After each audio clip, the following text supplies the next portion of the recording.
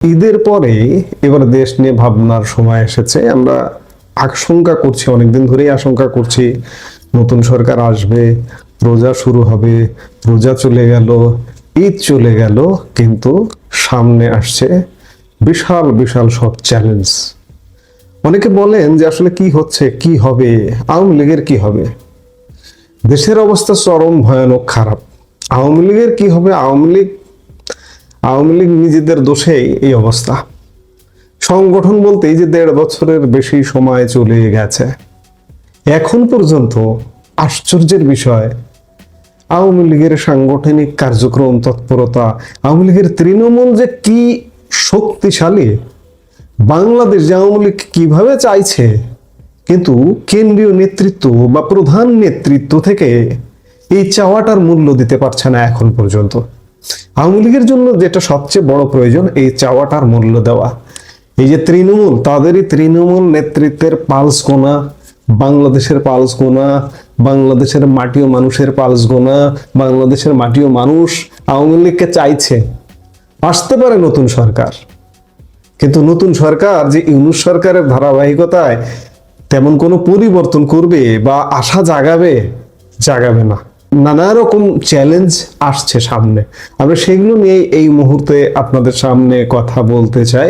BBC Bangla আজকে গরম গরম ঠিক কিছুক্ষণ আগে একটা এমন প্রতিবেদন করেছে, ঈদের পরেই নতুন সরকারের সামনে 3 বড় চ্যালেঞ্জ। কি কি চ্যালেঞ্জ সেগুলো নিয়ে আমরা কথা বলবো, বিবিসি বাংলার প্রতিবেদন থেকে কথা বলবো, আমরা আমাদের কনসেপ্ট থেকে কথা বলবো যে কি কি চ্যালেঞ্জের মুখে পড়তে যাচ্ছে এক কঠিন বাস্তবতার মুখোমুখি দাঁড়িয়ে মাত্র 1 মাস আগে দায়িত্ব নেওয়া বাংলাদেশের নতুন সরকার। একদিকে মধ্যপ্রাচ্যের উত্তপ্ত যুদ্ধ পরিস্থিতি, অন্যদিকে দেশের ভঙ্গুর অর্থনীতি আর রাজনীতির মাঠের টানাপোড়েন, সব মিলিয়ে এক অস্থির সময়ের সংকেত পাওয়া যাচ্ছে।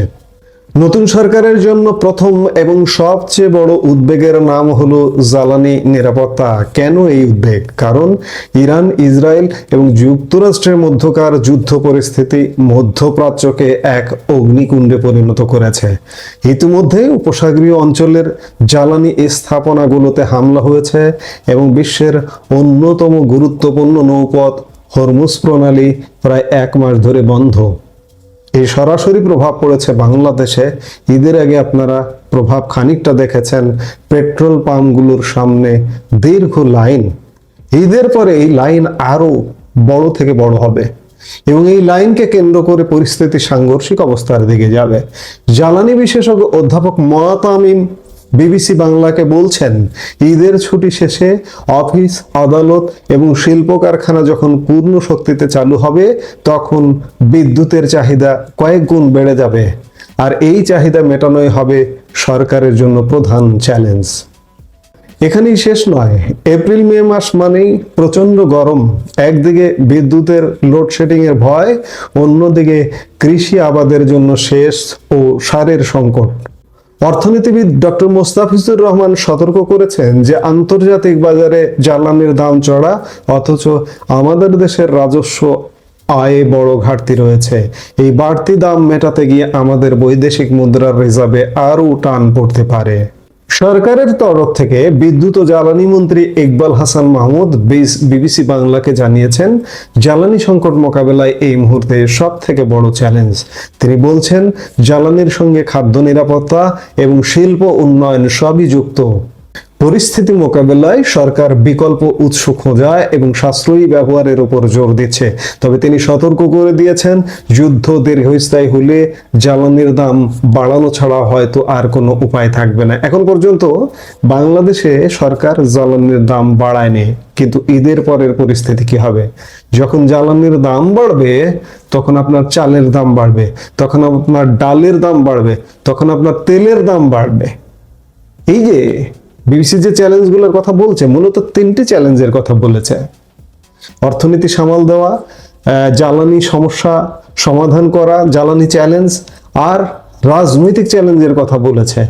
কিন্তু এই যে মূল্যস্ফীতি, দ্রব্যমূল্যের ঊর্ধ্বগতি, বেকার সমস্যা, রিজার্ভের সমস্যা, রিজার্ভে টান পড়া, তারপরে এই যে বিশাল মধ্যপ্রাচ্য জুড়ে আমাদের যে রেমিটেন্স যোদ্ধারা কাজ করে, রেমিটেন্স যোদ্ধাদের কর্মক্ষেত্র মধ্যপ্রাচ্য থেকে সংকুচিত হয়ে যাচ্ছে, তারা দেশে ফিরবেন। এই সবকিছু ট্যাকেল দেওয়া নতুন সরকারের জন্য একটা সীমাহীন সমস্যা হয়ে দাঁড়াবে। রাজনীতির ময়দান ও সরকারের জন্য মোটেই মসৃণ নয়। রাজনৈতিক বিশ্লেষকরা বলছেন, সামনের দিনগুলোতে স্থানীয় সরকার নির্বাচন এবং জুলাই সনদ বাস্তবায়ন নিয়ে সরকার ব্যাপক চাপে থাকবে। বিশেষ করে জুলাই বিপ্লবের আকাঙ্ক্ষা, তথাকথিত বিপ্লব, আমি এটাকে কোনোভাবেই বিপ্লব বলি না, বা জুলাই সনদ কতটা বাস্তবায়ন হচ্ছে সেদিকে তীক্ষ্ণ নজর রাখছে সাধারণ মানুষ এবং বিরোধী দলগুলো। ইতিমধ্যে সরকারের বিরুদ্ধে প্রশাসন ও স্থানীয় সরকারে যেভাবে দলীয়করণ হচ্ছে তা জুলাই চেতনার সাথে সাংঘর্ষিক বলে অনেকে বলছেন। এছাড়াও রয়েছে সংবিধান সংস্কার পরিষদ গঠন এবং আইন শৃঙ্খলা পরিস্থিতির উন্নয়ন, দুর্নীতি নিয়ন্ত্রণ এবং জুলাই আন্দোলনের সময় দায়ের করা মামলাগুলোর সুষ্ঠু বিচার নিশ্চিত করাও সরকারের জন্য বড় পরীক্ষা। বিরোধী দলগুলো স্পষ্ট করে দিয়েছে যে তারা এই ইস্যুগুলোতে সরকারকে এক চুলো ছাড় দেবে না। সরকারের জন্য তৃতীয় এবং দীর্ঘমেয়াদী চ্যালেঞ্জ হলো অর্থনীতির সামষ্টিক স্থিতিশীলতা। সাধারণ মানুষের প্রধান দাবি এখন একটাই, নিত্য পণ্যের বাজার নিয়ন্ত্রণ এবং মূল্যস্ফীতির লাগাম টেনে ধরা। সামনেই নতুন অর্থবছরের বাজেট। এই বাজেটটি সরকারের জন্য অত্যন্ত গুরুত্বপূর্ণ, কারণ নির্বাচনী ইস্তেহারে দেওয়া প্রতিশ্রুতিগুলো এখানে প্রতিফলিত হতে পারে। ফ্যামিলি কার্ড, কৃষি কার্ড এবং সামাজিক সুরক্ষার আওতা বাড়ানো এখন সময়ের দাবি। কিন্তু প্রশ্ন হলো, রাজস্ব আয়ে যেখানে বড় ঘাটতি, সেখানে এই বিশাল ব্যয়ের সংস্থান সরকার কিভাবে করবে? পাশাপাশি দেশি বিদেশি বিনিয়োগ আকর্ষণ এবং শিক্ষিত বেকারদের জন্য কর্মসংস্থান সৃষ্টি করাও সরকারের বড় চ্যালেঞ্জ। অর্থনীতিবিদরা মনে করছেন, যদি জ্বালানি সংকটের কারণে সার উৎপাদন ব্যাহত হয়, তবে কৃষি উৎপাদন কমে গিয়ে খাদ্য সংকট তৈরি হতে পারে। তাই রিজার্ভ রক্ষা করা এবং উৎপাদন সচল রাখায় এখন সরকারের মূল লক্ষ্য হওয়া উচিত। দর্শক, সব মিলিয়ে দেখা যাচ্ছে ঈদের পরবর্তী সময়টা নতুন সরকারের জন্য মোটেও হানিমুন পিরিয়ড নয়।